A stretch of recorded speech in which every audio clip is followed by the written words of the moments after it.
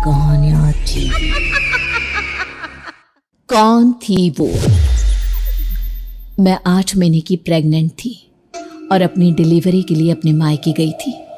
माँ ने मुझे फोन पर बताया, घर के पीछे की तरफ जो खाली जमीन थी ना, वहाँ पर एक नया कमरा बनवा लिया है। इतने सालों के बाद जैसे ही अपने घर में कदम रखा, कुछ अलग सा लगा।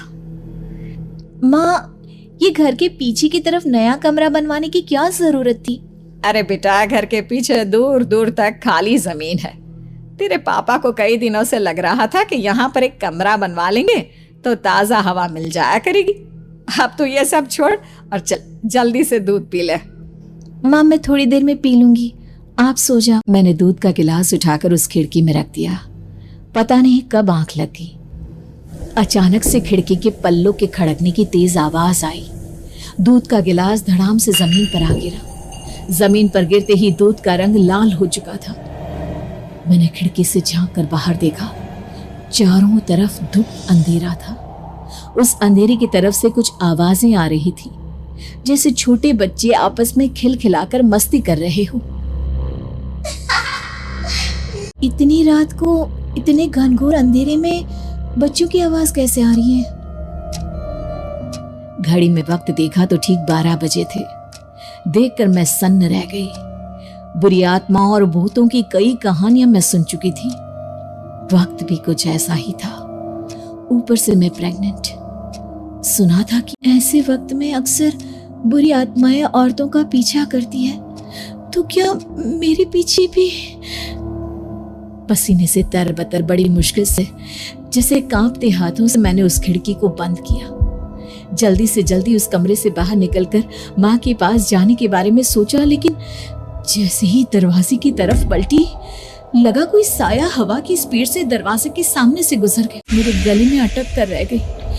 मैं जोर से चीख कर माँ को बुलाना चाहती थी, लेकिन वो आवाज खुद मेरे कानों तक नहीं पहुंच पा रही थी।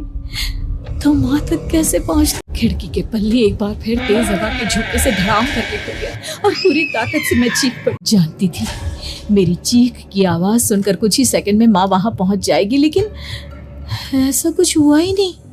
मेरा कलेजा डर के मारे फटा जा रहा था। आखिर माँ ने मेरी आवाज क्यों नहीं सुनी? इतनी गहरी नींद में तो माँ कभी नहीं सोती। ठीक पीछे खुली हुई वो खिड़की। मुझ में इतनी ताकत नहीं बची थी कि मैं पलटकर उस तरफ देख भी सकूं। हवा का एक सनसनाता हुआ झोंका उसी वक्त मेरे कानों से आकर टकराया। लगा जैसे किसी ने दबी हुई आवाज में धीरे से मुझसे कहा, चली जाओ यहाँ से। मैंने दोनों हाथ अपने कानों पर रख लिए और एक बार फिर ताकत लगाकर जोर से चीखने की कोशिश की। माँ! पापा! मेरी आवाज उस कमरे की दीवारों से टकराकर वापस मुझे ही सुनाई दे रही थी। जितनी ताकत के साथ मैंने चीखने की कोशिश की थी, कुछ ही देर बाद उससे कहीं ज्यादा तेज और दर्दनाक चीख मुझे सुनाई देने लगी। ये आवाज ठीक मेरे पीछे खिड़की से आ रही थी। वो आवाज मेरे कानों में पिघलते हुए लोहे की तरह गिर रही थी। उन आवाजों में हैवानियत थी। वो आवाजें किसी इंसान की नहीं है, इतना मैं समझ चुकी थी। कांप रहे हाथों से मैंने अंधेरे में कुछ ढूंढने की कोशिश की। तभी अचानक मेरा हाथ बेड पर रखी टॉर्च पर पड़ा। किसी तरह ताकत लगाकर टॉर्च का बटन ऑन किया, लेकिन ये क्या? सामने दरवाजे पर 3 छोटी लड़कियां खड़ी हुई थी। उनके हाथ में स्टील के चमचमाते हुए चाकू थे।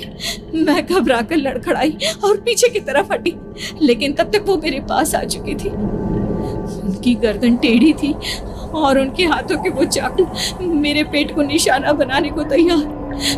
मैं जोर से चीखी, नहीं, छोड़ दो मेरे बच्चे को, मत मारो, मत मारो, छोड़ दो मेरे बच्चे को। सोनाली, क्या हुआ बेटा? तू इतनी डरी हुई क्यों है? उठ बेटा, क्या हुआ? हड़बड़ाकर मैंने अपनी आंखें खोली। देखा तो दिन निकल आया था। माँ मुझे जगा रही थी। मेरा चेहरा पूरा पसीने से लथपथ था। क्या हुआ बेटा? तुमने कोई बुरा सपना देखा क्या? मैं अभी तक अपने पूरे होश में नहीं थी। वो मेरे बच्चे को मार देगी माँ। वो लड़की मेरे बच्चे को। मैंने घबरा कर अपने पेट को छुआ। सब कुछ ठीक था। और वो दूध जो रात को यहाँ पर गिर गया था, उसका रंग लाल हो गया था। माँ ने हंसते हुए दूध का गिलास मुझे दिखाया। तुमने दूध पिया ही नहीं, पूरा का पूरा ऐसे ही रखा हुआ है। तुमसे कहा था ना सोनाली, सेहत के लिए लापरवाही ठीक नहीं बेटा। लेकिन मैंने तो सब कुछ अपनी खुली आंखों से देखा था। ये सपना कैसे हो सकता है?